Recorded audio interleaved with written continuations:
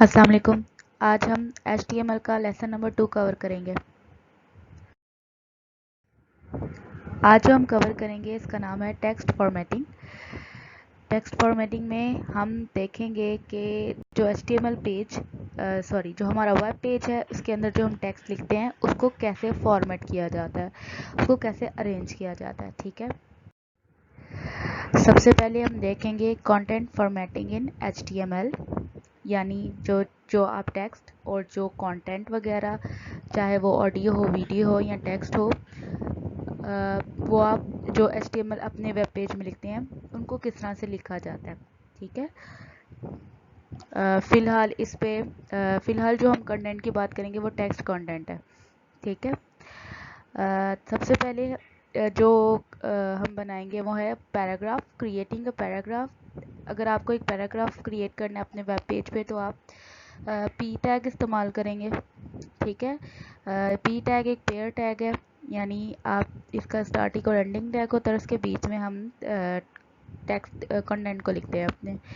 इसके बाद line break एक टैग है। ठीक है, ये आपकी टेक्स्ट के बीच में ब्रेक स्पेस देने के लिए इस्तेमाल होता है, यानी पैराग्राफ के लाइंस के बीच में। फिर है insert spaces. By default HTML में सिंगल स्पेस इस्तेमाल होती है। ठीक है, यानी आप जब टाइपिंग करते हैं या पैराग्राफ लिख रहे होते हैं तो सिंगल स्पेस बाय डिफ़ॉल्ट है HTML पेज में, उसमें कोई एरर नहीं आता। लेकिन अगर आपको एक से ज़्यादा स्पेस चाहिए तो आप ये एट्रीब्यूट इस्तेमाल कर सकते हैं, ये एम्बरसेंड साइन NBST। ठीक है, आप ये एट्रीब्यूट इस्तेमाल करेंगे तो एक से ज़्यादा स्पेसेस आ जाएंगी। और हेडिंग्स, ऐड हेडिंग्स एंड सब हेडिंग्स। ठीक है, HTML हमें 6 हेडिंग्स प्रोवाइड करता है H1 से लेके H6 तक, जिनके जो साइज़ के हिसाब से मुख्तलिफ हैं। ठीक है, आगे हम इनका इस्तेमाल इन्हें HTML पेज पे अप्लाई करेंगे और देखेंगे किस तरह से शो होती हैं। इसके बाद हम देखेंगे identified the text formatting tags. ठीक है, आपने जो टेक्स्ट लिखा है उसको फॉर्मेट करने के लिए कौन सा टैग इस्तेमाल किया जाता है। यहाँ पर जो टैग गिवन है वो है फॉन्ट टैग। ये टेक्स्ट की फॉर्मेटिंग के लिए इस्तेमाल किया जाता है। इस फॉन्ट टैग के साथ हमें 3 एट्रीब्यूट्स दिए जाते हैं। ठीक है, यानी हम 3 एट्रीब्यूट्स की मदद से अपने टेक्स्ट के अपीयरेंस को चेंज कर सकते हैं।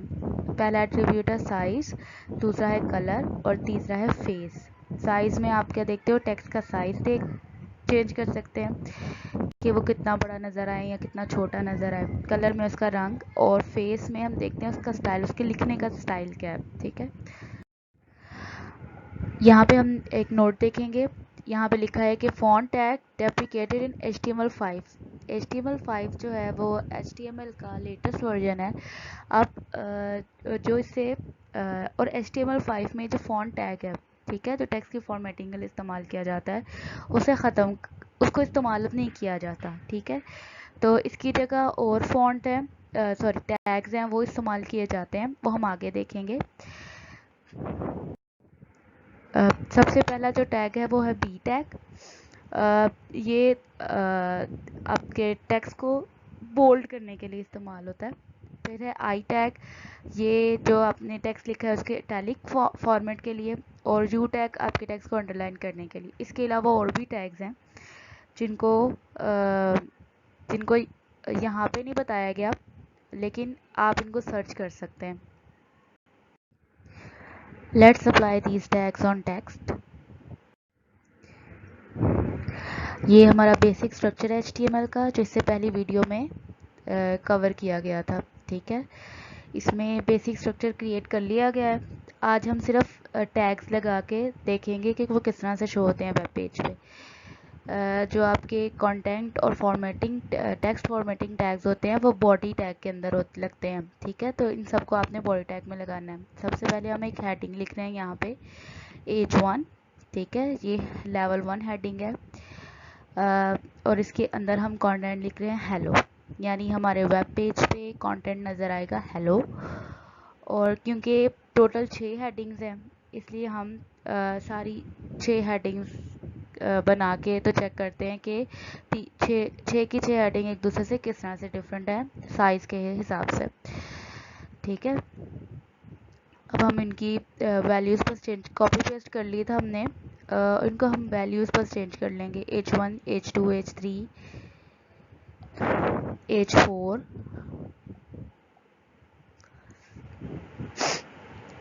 H5 और लास्ट में हम H6 लिखेंगे। इसके बाद हर टैग लगाने के बाद आपने ना अपनी फ़ाइल को सेव करना है, ठीक है।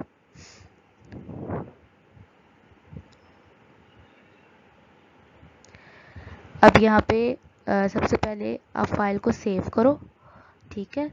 और फिर क्रोम पे हमने पहले से ये पेज खोला हुआ है, इसको बस रीलोड करेंगे तो आप ये देखो कि हेलो हेडिंग्स जो है वो अलग अलग साइज़ में शो हो गई हैं, ठीक है। लेवल 1 हेडिंग सबसे बड़ी है और लेवल 6 सबसे छोटी हेडिंग है। इसके बाद हम देखते हैं एक पैराग्राफ बना के चेक करते हैं, ठीक है, कि पैराग्राफ कहाँ कैसे शो होगा। इसके लिए हम पी टैग लगाएंगे और इसके बीच में कंटेंट लिखेंगे hello, hello to the world of www full stop, ठीक है।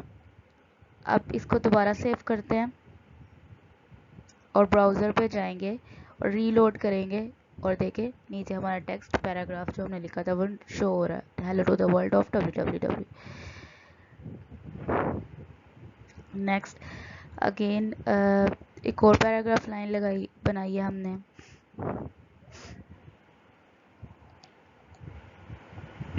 फिर रीलोड करेंगे, ये देखें दोबारा वैसे ही शो हो रहा है। अब कुछ फॉर्मेटिंग टैग्स लगा के चेक करते हैं, जैसे कि हम लगाएंगे यहाँ पे B R tag line break के लिए, दो पैराग्राफ के बीच में लाइन्स जो होती हैं। इसको सेव करें और इसको रीलोड करेंगे और ये स्पेस आ गई बीच में,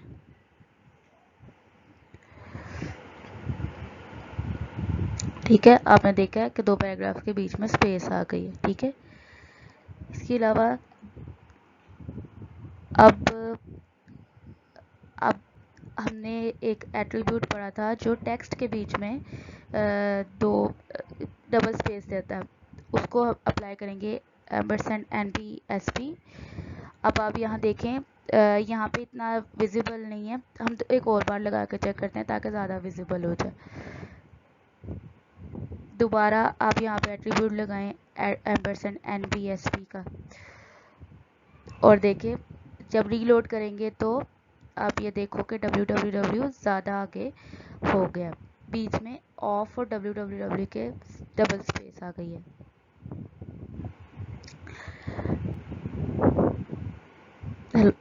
नेक्स्ट हम देखेंगे,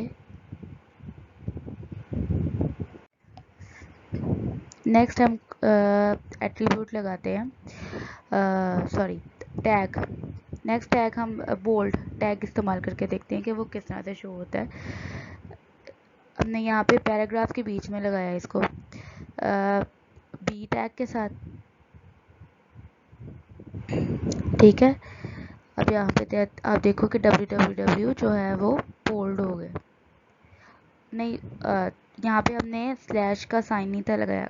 अगर आप अपनी एट्रीब्यूट का वो एंडिंग साइन नहीं बताओगे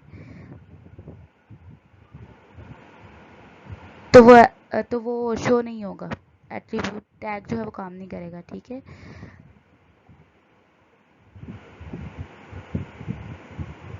अब यहाँ पे हेलो के साथ इटैलिक लगाया /i और आप यहाँ पे देखो, ये देखें हेलो जो है वो इटैलिक में शो हो रहा है।